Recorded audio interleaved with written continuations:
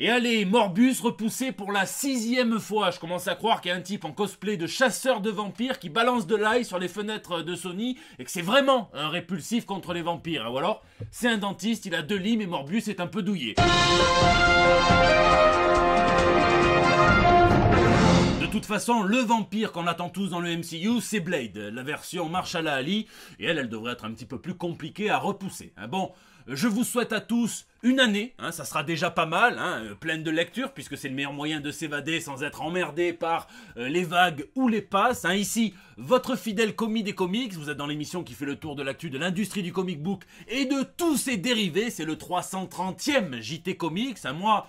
Je suis pas complotiste, mais vous m'enlèverez pas de l'idée que le Covid a été fabriqué par un mec qui est fan de comics. Ils utilisent absolument toutes les mêmes techniques marketing. On a d'abord eu les variantes. Maintenant, apparemment, il y a des fusions entre les personnages, puisqu'on avait Deadpool the Duck, le Docteur Strange Fate, et maintenant, apparemment, il y a le Flurona, mi-grippe, mi-corona. C'est quoi la prochaine étape? Nous faire croire qu'il est mort et puis revenir dans un an pour tous nous terroriser? Bon, en attendant, passons tout de suite aux vagues de news de la semaine. L'autre fin. Comme le disait la princesse Diana, parfois les fins alternatives c'est pas plus mal, et cette semaine on a appris que les Éternels s'étaient fait retoquer une fin jugée trop lugubre. Chloé Zhao avait oublié que chez Marvel c'est comme dans les salons de massage thaïlandais à 5 balles, le happy ending est obligatoire, et attention, mini spoiler, mais à la base les Éternels restant dans le vaisseau devaient être lobotomisés et s'envoler pour une autre destination dans l'espace avec le regard vide, le fameux, celui des 3,5 g sur l'échelle Gérard Depardieu. Et le studio lui a fait comprendre que quand on faisait un film qui s'intégrait à un univers partagé, il fallait toujours penser à la suite et laisser des portes ouvertes. Pareil pour l'actrice Zendaya qui se dit un petit peu frustrée de la fin de Spider-Man No Way Home. Attention, je vais un petit peu divulgacher, mais elle dit qu'elle aurait bien aimé voir Peter Parker et Mary Jane ensemble à l'université, mais voilà, faut accepter que parfois les meilleures histoires, ça soit celles qui nous contrarient, et on a appris aussi par les scénaristes du film que longtemps il y avait une autre version de l'arrivée d'Andrew Garfield et de Tobey Maguire, ça devait se dérouler, et là je spoil bien, mais après la mort de Tante May, il avait encore le cadavre chaud de sa tante dans les bras, paf, ils arrivaient à mener là par un personnage Marvel qu'ils ont tenu à garder secret et qui aurait lâché sa meilleure punchline en mode voici les grâces salvatrices qui vont t'aider à surmonter cette épreuve. Alors je trouve ça un petit peu claqué, vraiment. Mais c'est vrai que c'est un petit peu excitant d'essayer de deviner qui c'est ce personnage mystère. Watu le gardien, pourquoi pas, mais après tout, s'il s'est pas emmerdé à intervenir pendant qu'avait tout l'Holocauste et les camps de concentration, pourquoi est-ce qu'il viendra en aide à un jeune adolescent qui s'habille en araignée? Est-ce que c'est une version un peu réécrite du Beyonder? Est-ce que c'est Vanda Maximoff qui vient déchirer la réalité? On le saura peut-être un jour dans le futur. En attendant, je vous laisse spéculer dans les commentaires. Flash Mob. Cette semaine, il y a eu une vague de panique qui a créé un grand mouvement de foule sur Twitter, mais quand même, suite à la rumeur selon laquelle le film Flash servirait à effacer de la continuité de l'univers cinématographique étendu de DC tout le Snyderverse, Man of Steel, BVS et la Snyder Cut. Ça viendrait soi-disant établir une nouvelle Justice League autour de Flash, Shazam et Supergirl, la nouvelle, ainsi que la prochaine Batgirl très probablement et l'actuelle Wonder Woman, et certains l'ont pris comme une attaque, l'ont vécu comme on vient cancel le Batfleck et le Super Cavill pour les remplacer par 2 femmes. Bon je vais me joindre au concert d'instruments avant, même si une partie de l'orchestre joue avec la cavité rectale. J'ai envie de dire, et alors, pourquoi pas? 2, ce n'est qu'une rumeur, attention. 3, quand j'entends parler de l'univers cinématographique étendu d'ici, je rigole, puisqu'on sait qu'il a volé en éclats il y a très longtemps. On pourrait même dire quand Joss Whedon a repris la Justice League. Moi, je respecte beaucoup Zack Snyder, même si je suis pas d'accord avec l'entièreté de sa vision pour l'univers d'ici, mais il a fait quelque chose qui avait une patte graphique, qui était empreint de passion pour cet univers-là. Mais ça fait longtemps qu'on sait qu'il n'y avait plus de projet pour Henry Cavill au-delà de la Snyder Cut, plus de projet pour Ben Affleck au-delà du film The Flash, donc l'univers Snyder va faire comme la Comic Con Paris, comme tous les ex de ma sœur après qu'il est mis enceinte, disparaître. Et oui, petite digression, mais les réseaux sociaux et le site de la Grand-Messe Geek à Paris ont complètement disparu, et pour moi l'événement était déjà mort depuis qu'ils avaient décidé de se séparer de Jérémy Briam, sans qui l'événement reste toujours plus con que comics. C'est lui qui avait réussi à ramener le public des fans de comics, à retourner leur opinion négative de l'événement, la 3e année. Son expérience de collectionneur, de lecteur de comics, d'éditeur, il a des contacts partout, en fait l'un des seuls probablement à pouvoir organiser un événement de cette échelle, avec une belle artiste allée digne de ce nom en France. Et donc apparemment Comics Blog saurait que c'est peut-être la Japan Expo qui va reprendre l'événement, et donc j'espère qu'ils vont reprendre aussi Jérémy Briam, sinon ça sent un petit peu comme Aquaman qui s'est fighté avec une dorade. Bref, j'en viens à mon 4e point, qui est redonner de l'espoir à tous les spectateurs grâce à notre expérience à nous de lecteurs de comics. Ça n'existe pas d'assainir ou de faire disparaître une quelconque continuité. Vous finissez toujours par ajouter quelque chose. Et à chaque fois qu'un éditeur a essayé de simplifier sa ligne temporelle, c'est venu complexifier la chose. On peut remonter même à la naissance du multivers. Ça a été un peu inventé par DC dans les comics, après qu'ils aient mis au rebut leur Flash de l'âge d'or, Jay Garrick, après 10 ans, en 1951. Et puis dès qu'ils sortent la version actualisée du personnage, Barry Allen, en 1956, on le voit lire des comics dans lesquels on aperçoit Jay Garrick. Alors 5 ans plus tard, à la création du multiverse, quand DC officialise le fait que dès que Flash tortille un petit peu du cul, paf, il brise l'espace-temps, eh bien il se téléporte dans la Terre 2, il rencontre le Flash de l'âge d'or, Jay Garrick, et ensuite il va être propulsé dans la continuité normale de chez DC, donc on n'efface rien, c'est un millefeuille. Même quand ils ont fait Crisis on Infinite Earth, qui était censé supprimer toutes les terres parallèles en tuant des personnages, eh bien souvenez-vous de Kara Zor-El qui a fini par revenir, d'abord sous forme d'esprit, et puis elle est revenue, réinterprétée, mais elle est revenue quand même, et même Barry Allen a mis longtemps, mais il est revenu, il a même fait un petit passage chez Marvel, ça c'est une histoire complètement folle, un sacré délire, je vous le raconterai peut-être un jour. C'est pareil avec Wally West, il y a plein d'autres exemples. Alors c'est beaucoup plus facile dans les comics où c'est des dessins qu'avec des acteurs, où il y a des contrats, où ils vieillissent, enfin, mais on a vu aussi que même 20 ans après, il était possible de faire revenir des univers cinématographiques entiers dans Spider-Man No Way Home, donc attendons de voir. Et souvenons-nous quand même que le Batfleck devait lui aussi être remplacé par son propre fils qu'il aurait eu avec Lois dans Justice League 3, et là, les plus véhéments appellent ça la conclusion d'un cycle narratif, alors que là, c'est sûrement ce qui va se passer aussi dans The Flash, mais c'est pas pareil. Donc Cavill fait un Superman merveilleux, Ben Affleck fait un Bruce Wayne Batman merveilleux aussi, on ne l'oubliera pas, attendons d'avoir un espèce de No Way Home Snyderien.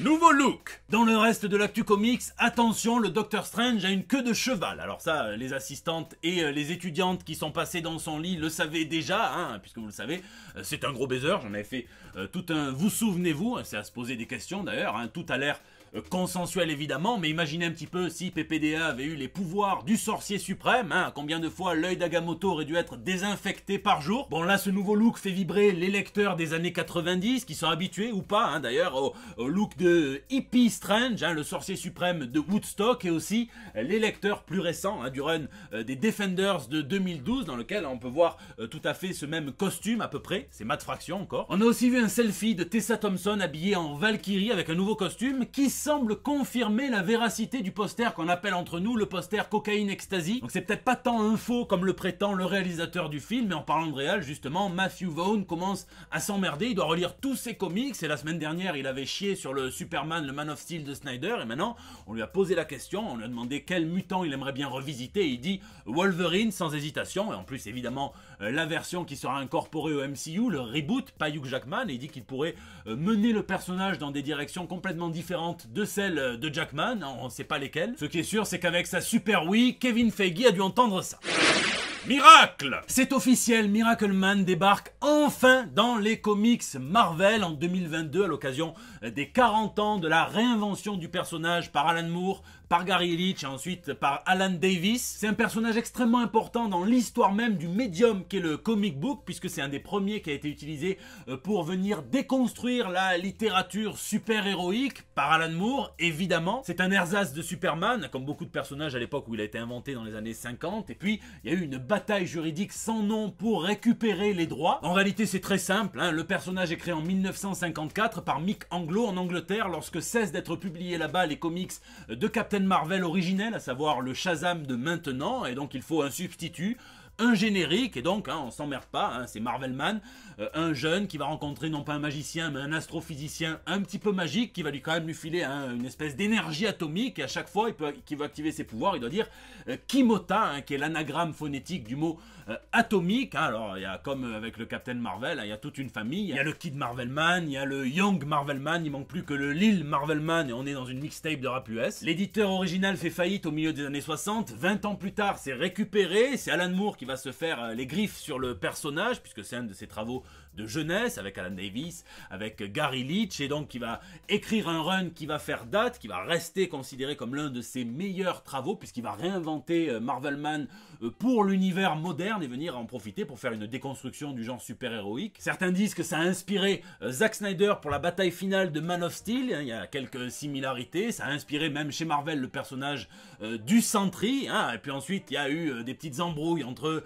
le nouvel éditeur Alan Moore pour des questions d'impayés. Le personnage va changer de nom pour éviter tout procès avec Marvel, ça devient Miracleman, et à l'époque, de partout où Alan Moore venait poser sa barbe, il suivait un jeune homme qui s'appelle Neil Gaiman, qui lui aussi voulait s'essayer au personnage, qu'il aime énormément, alors il a un petit peu l'occasion de faire ses preuves avec Mark Buckingham, et puis paf, l'éditeur refait faillite, c'est un miracle, mais clairement pas pour les finances, et alors là s'engage une espèce de bataille juridique pour les droits qui va être sans nom, puisque c'est Todd McFarlane qui va racheter toutes les propriétés de l'éditeur, mais apparemment ça ne comprenait pas Miracleman, et le scénariste dessinateur s'empresse de l'intégrer à son univers de Spawn. Neil Gaiman va carrément monter une société pour essayer de démêler cette embrouille juridique. En gros, il va coller un procès au cul de Todd McFarlane, il va utiliser tous les profits de la série Marvel 1602 pour ce procès justement. Il va gagner ce procès. En fait, on apprend que c'est tout simplement Mick Anglo qui avait réussi, on ne sait pas comment, puisqu'à l'époque les droits sur la propriété intellectuelle étaient aussi avancés qu'un sim dans une piscine sans échelle. C'est lui qui possédait encore les droits sur son personnage. Alors est-ce qu'il dormait pendant la bataille? Ce qui est sûr, c'est qu'il n'a plus dormi du tout après, puisque c'est Marvel qui lui rachète les droits, qu'il annonce en 2009, et puis qui dit ouais, en fait il faut qu'on solidifie encore un peu le deal, rien avant 2013 où on apprend qu'il y a Grant Morrison, Joe Quesada qui ont fait une histoire spéciale, que Neil Gaiman va pouvoir continuer son cycle, que Peter Milligan et Michael Red vont contribuer aussi à l'histoire du personnage, et puis pouf, plus rien jusqu'en 2019, 2021 maintenant, où on apprend que pour 2022, la date d'anniversaire, il va revenir dans l'univers Marvel. Neil Gaiman va probablement être là, et on nous dit que peut-être que Donny Cates, qui a une affection particulière pour ce personnage, pourrait le réinventer pour le monde post-moderne, et alors ça c'est une bonne nouvelle.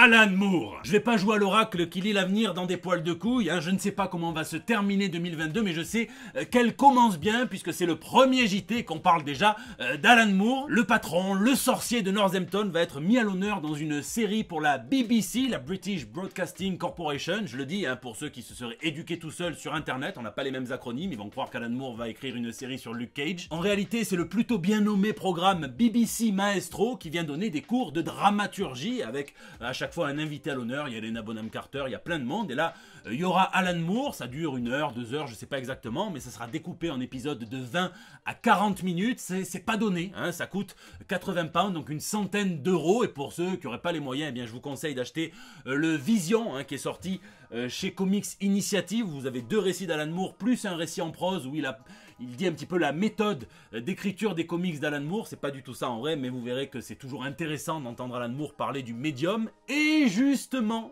le patron va sortir, vous le savez, il travaille actuellement sur une série de romans en prose, de nouvelles, et il y aura une nouvelle qui va parler de toute l'histoire de l'industrie des comic books pendant les 75 dernières années. Ça s'appelle What We Know About Thunderman. Ça vient justement retracer l'histoire surréaliste et kafkaïenne de l'industrie des comics, avec des personnages parfois naïfs, parfois maniaques, qui tentent de monter en grade. Moore révèle la face sombre et palpitante du business des super-héros. On sera au rendez-vous, je te le dis. Ça devrait sortir le 11 octobre 2022, et un mois avant, ça vient faire le lien avec la news précédente, sortira un bon gros sandwich de Miracleman, puisque Marvel va produire l'omnibus de l'intégralité de Miracleman, le run d'Alan Moore, probablement celui de Gaiman, des bonus, donc je ne sais pas pour la santé, mais en tout cas 2022, on aura Alan Moore.